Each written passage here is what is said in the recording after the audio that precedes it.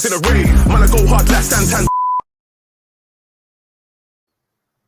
What's up, everybody, and welcome to today's episode of the Daily Fracas. I am your host, Krish, and I'm joined today by a special guest. I've got Fahi with me. Hey! Hello. Thanks for having me on, Krish. Thanks for having me on. No problem.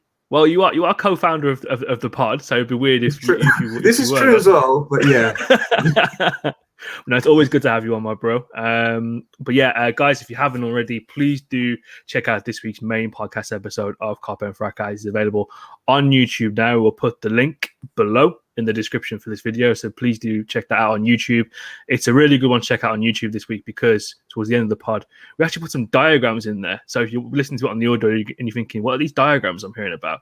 Do check it out on the YouTube because we did do a little bit more research on Dusan Vlahovic as a transfer target. But we're going to talk about the Daily Fracas, all the Liverpool news that's happened in the past 24 hours.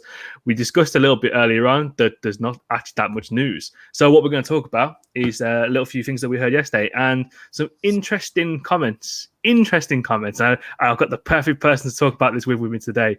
So far, Naby Keita's agent, or apparently his former agent, said, the day that Coach Klopp gets Naby Keita to play his favourite role, you will see what he brings to Liverpool. He's a playmaker, not a scavenger. I did the translation on this. The scavenger part seems a little bit nasty. Iffy, yeah. It's a bit iffy. Scavenger. Ooh. It's like a shot of it's a shot at Wijnaldum and the manager. So I was like, oh, that's a little bit harsh. But the little bit of the kind of translation yesterday, it means kind of like a recoverer. So something might have been lost in translation there. But these are strong comments coming out from someone who allegedly represents Naby Keita. So love how your allegedly, so we don't even know if it's legit. It could be anyone. This is the thing. It could be anyone. It could just be some random geezer from Guinea who's just like saying this stuff. But I want to get your thoughts on these comments. And first, and of course, do you think they're actually valid comments as well? I mean, there's a bit of both. You can definitely say that Klopp's not managed Keita very well. I don't think he's utilised him well at times. I think the best period Keita's had is basically the end of last season, where he got a consistent amount of game time. That was after lockdown kind of ended the first time round for football, that is. But yeah, other than that, I think he has been played in his preferred role. I think Klopp has given him license to roam and do what he needs to do, and he's just not done it. Ultimately, we need to remember that Keita gets injured every 3 games, and that may be me being a bit over the top, but the reality is he'll play a game, get a little strain, and then not play again. So if you're not getting consistent game time, what can you expect Klopp to do? So there's a bit of both to kind of look at it. No, I completely agree. I think it's definitely a give or take situation. You can see where Klopp has tried to mould him into a bit more of a complete midfielder to do all the aspects that we would kind of require from a Liverpool midfielder. But again, when you look at it from his point of view, for Keita, he's played a grand total in the league of 524 minutes this season. Exactly, but then the other argument is, I mentioned this on the account yesterday, and someone turned around and was like, "Well, he's been fit since February and he's hardly been used," and that is also true. He's only played 90 minutes twice, I think, since Feb. So we're in May now. So again, that's what I mean. There's two sides to every argument, right?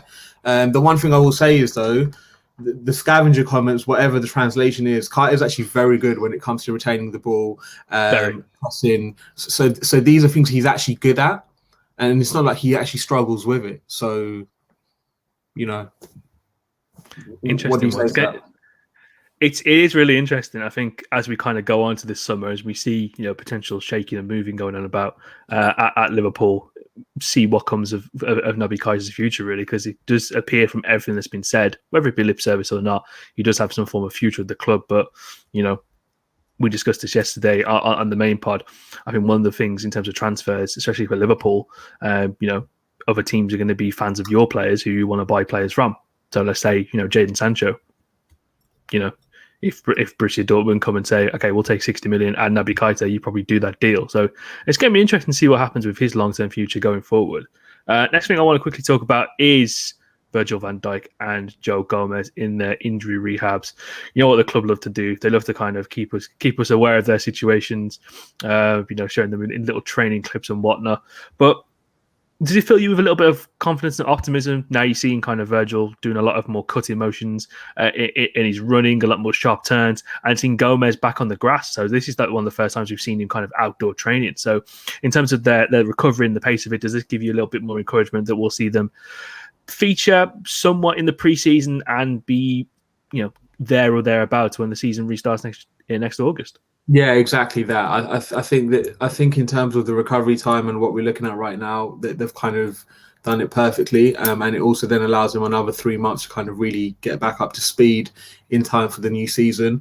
My only worry is, for some reason, I still worry that Holland may call up Van Dijk. You just never know. So that's my only worry. Once that's out of the way, then yeah, I'm looking forward to them slowly coming back and integrating themselves into the team. In terms of the timings, it can't be any more perfect, right? I mean, we know they're not going to be used at the end of this season, but it allows them enough time to slowly start doing more movement with the ball and get ready for July's pre-season. 100%. Hopefully they're there or thereabouts when we have the usual friendly against Tranmere in July. Last but not least, we've got a little bit of transfer news, and this is we covered a lot of stuff again in the previous Daily Fracasses. So if you feel like you've missed out on anything, please do check out the previous episodes we've done. Let's talk about this man right here. If he's popped up on my screen, there we go. Florian Neuhaus of Borussia Mönchengladbach, and it is reported that Liverpool have a little bit of an interest in this player. Cost would be somewhat of around £35 million. And, as we've been talking in the past few weeks, I mean, we even did a thread about it on our Twitter page at Kop End Fracas, that he would be somewhat of a decent replacement for Georginio Wijnaldum, and someone who we could kind of see leading a little bit more of the evolution of our midfield going forward. This is an interesting one to actually talk about you, because I know you've seen him play a few times and you've not been impressed. Going up against Premier League opposition. So what are your thoughts on Neuhaus, and do you see this as a possible transfer for Liverpool to look at going forward? It's not that I'm not impressed. It's more I'm just really trying to work out if he's the best option possible. Again, I've only seen him twice. So really and truly, my opinion on it isn't that strong. Ultimately, I can only go by what you guys are saying, and you guys are saying he's top dollar. So if that's the case, then yeah, I'm all for it. Ultimately, we do need to evolve the midfield, and if he's a more positive progressor of the ball, then I'm absolutely all for it, and that's what you said to me he is. So yeah, from that side of things, looks all good. I'm not sure about his physicality. That's the only thing I do worry about. But I had to put that in there. That's the only thing I do worry about. But other than that, if you're saying he's got enough in him to kind of do well in the Prem, then yeah, I'm all for it. No, I completely agree. I think that is one of the things that all people kind of do really struggle to initially when they do come to the Premier League. It is that physicality. It's like, hang on, what's going on here? All these big lads. You see the likes of your Chris Woods and basically everyone who plays for Burnley ever. And you do struggle to kind of get to the heart of that. But look, he's really good. He's really progressive with the ball, his feet. It's a weird one because he plays a lot like Thomas Muller, but a little bit further back.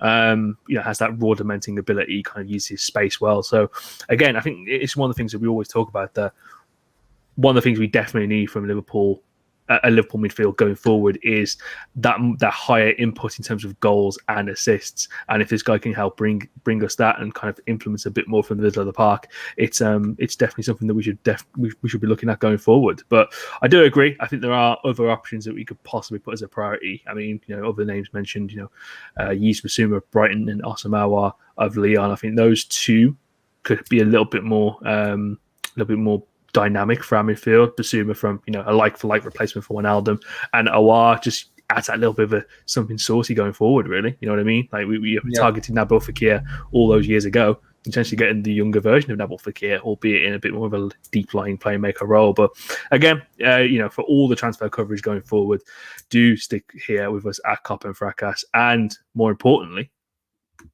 subscribe to the Patreon page. Just from as little as £3 a month, you can get all the information, all the content you need from us going forward. We're going to have our transfer shows coming up really shortly. Fahi, I know you're going to be really excited about that. Can't wait to see the team I've put you on for this as well.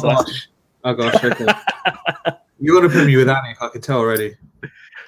I think I might have, Yeah, I can imagine you doing that. Cool stuff. But yeah, see what I mean? the brief glimpse we've given everyone into the Kop End Patreon, they definitely need to subscribe. But that has been the Daily Fracas for Wednesday, the 5th of May. I have been your host, Krish, and I've been thankfully joined by Mr. Fahi. Thank you very much for joining today. And we will see you soon. Peace.